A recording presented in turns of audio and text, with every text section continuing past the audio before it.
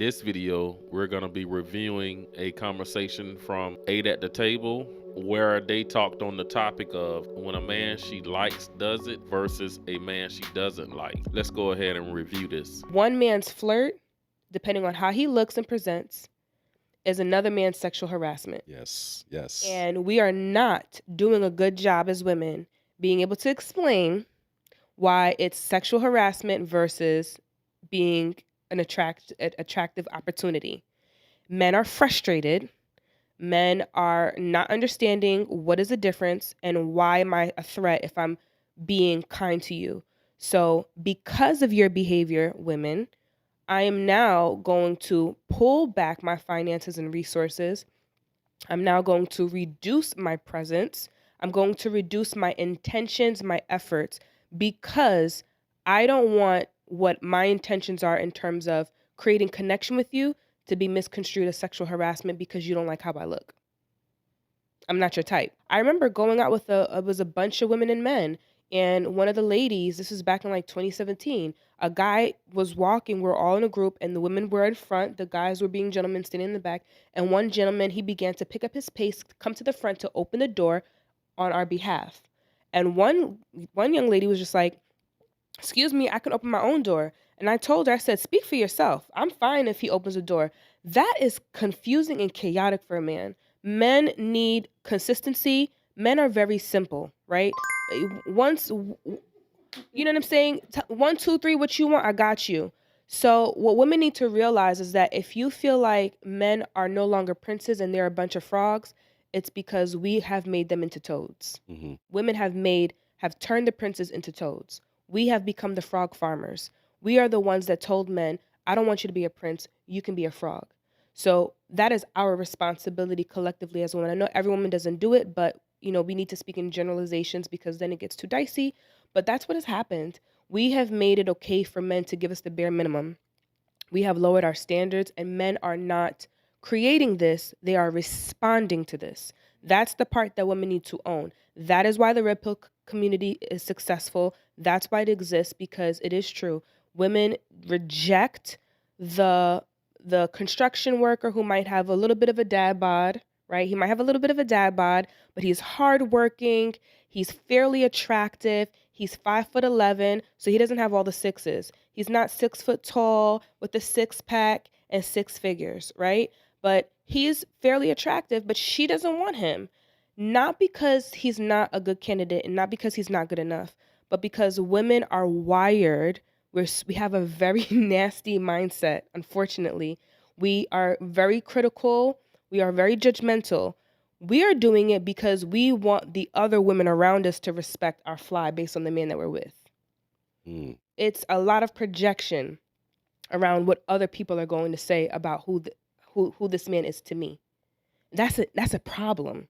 That's right. For women, it's all a facade. It's all a competition to compete against other women. That's the truth of why women do their makeup. They get these BBLs because when they go out on dates or on the scene, they want to look around and judge other women in the room. And it's just a thing that I have been seeing modern women doing more and more of these days.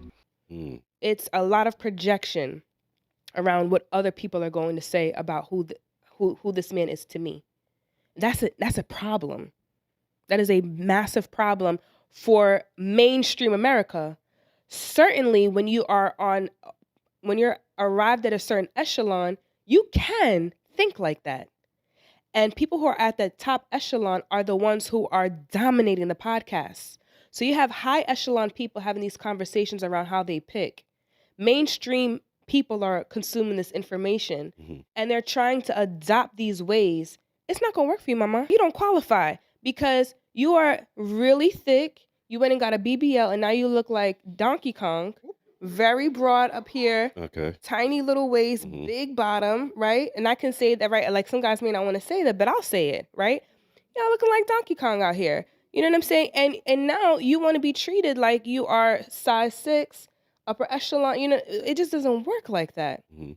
You're not really going to be able to have that. And same thing for some of the gentlemen, right? Overweight, right?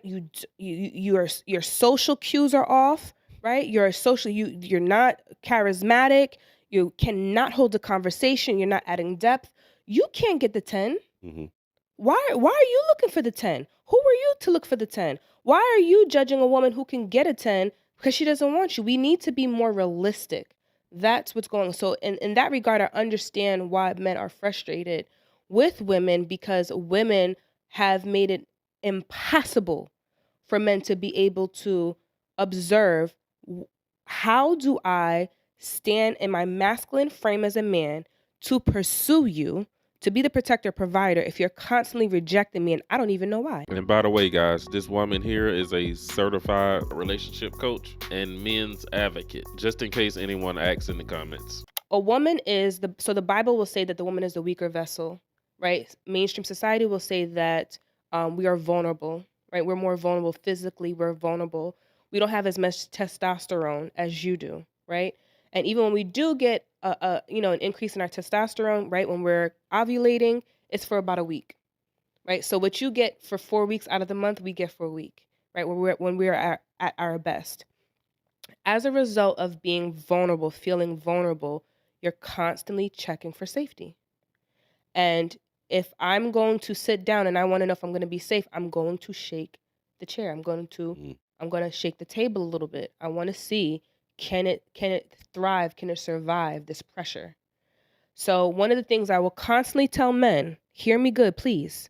Please stop telling women that you are scared of them. Like, I was scared to approach you. I was scared to talk to you. You know, you look so attractive. I was afraid. Stop telling women this, because if you are afraid of me, how are you going to protect us? Because I'm my least threat in my eyes. Mm. But if I'm your greatest threat, why would I submit my life to you in your hands? That doesn't make any sense. So I really want men to stop saying things like that. I understand what you're meaning to say, but that's not a great way to convey your masculine strength. So with that being said, she's going to test if you are where your strengths are. I mean, even if the man is a bit nervous meeting this woman, he still can protect her. I get what she's trying to say. Yeah, don't ever let a woman know you're nervous on the first date meeting her. Some women will instantly lose respect for you as a man. Just don't let her know you're nervous, even if you are. Just play it cool. But I think most men have the power to still protect this woman if need be. That's one. Two, women feel the most comfortable with truth. And what happens is, as a man, as the masculine, where you may compartmentalize your truth, right?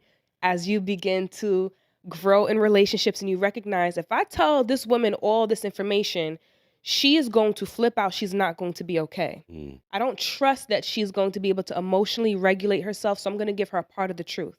In her intuition, she may sense that there's more to the story that's not being said.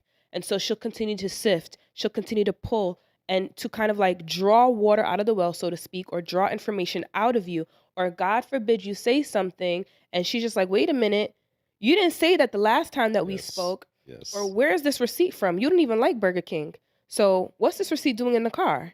Right? And so you start to struggle. And so what she is looking for is absolute truth, not a part of the truth, the complete full truth, because she wants to know that her reality is being protected. Anytime you lie, you're stealing someone's reality. You are a thief. She wants to know that she is in safe company. Ain't that the truth? Women are always going to be listening more than anybody in the room to anything you say or do. She's always going to be sitting around waiting to hear or find out that you told her a lie. So the best policy, guys, is don't even lie to women. That's when things get tricky, and she's going to hold the smallest detail over your head. But hey, some women lie too. And the safer a woman feels is according to how much truth he shares. I get it. I already know what y'all men about to say. Women can't handle the truth. What we cannot handle, what you deem as we cannot handle the truth, is our natural mode. Men like women and they love vagina, but they don't get women. And a lot of men don't even like women. They don't even like the essence of a woman. Her emotional bandwidth, right? That softness. If you want a woman to be soft, if you want her to be feminine and penetrable, what do you think that's going to look like? She's not going to look hard and firm all the time. Mm. So you have to embrace and hold space for her emotions if you want a feminine counterpart, right? And so if you want her to be soft and you want her to be feminine, then she needs to know that she is safe. So that is why a woman will consistently shake.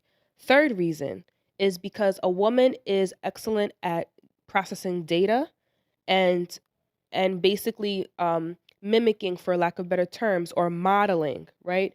Copycatting, right, would be the layman's terms. So as an example, for me as a woman, over time when I study my man, I know how he wants his plate of food. Right? So it's always so interesting when you see a woman that's come out of a relationship into her next relationship, she's going to prepare the next man's food the way she prepared her last man's food. So if her former boyfriend liked gravy on his right, like the gravy on top of the rice, but her new man wanted on the side, she doesn't know that yet. So she's going to present him the plate with the gravy on top of the rice, and he might correct her and say, "No, I don't like my food that way." So she'll learn how to prepare his food. So another reason why a woman is testing is because she wants to know what the culture of this relationship is, this dynamic. So she's going to be testing to see what is going to be consistent. What is his consistent mode?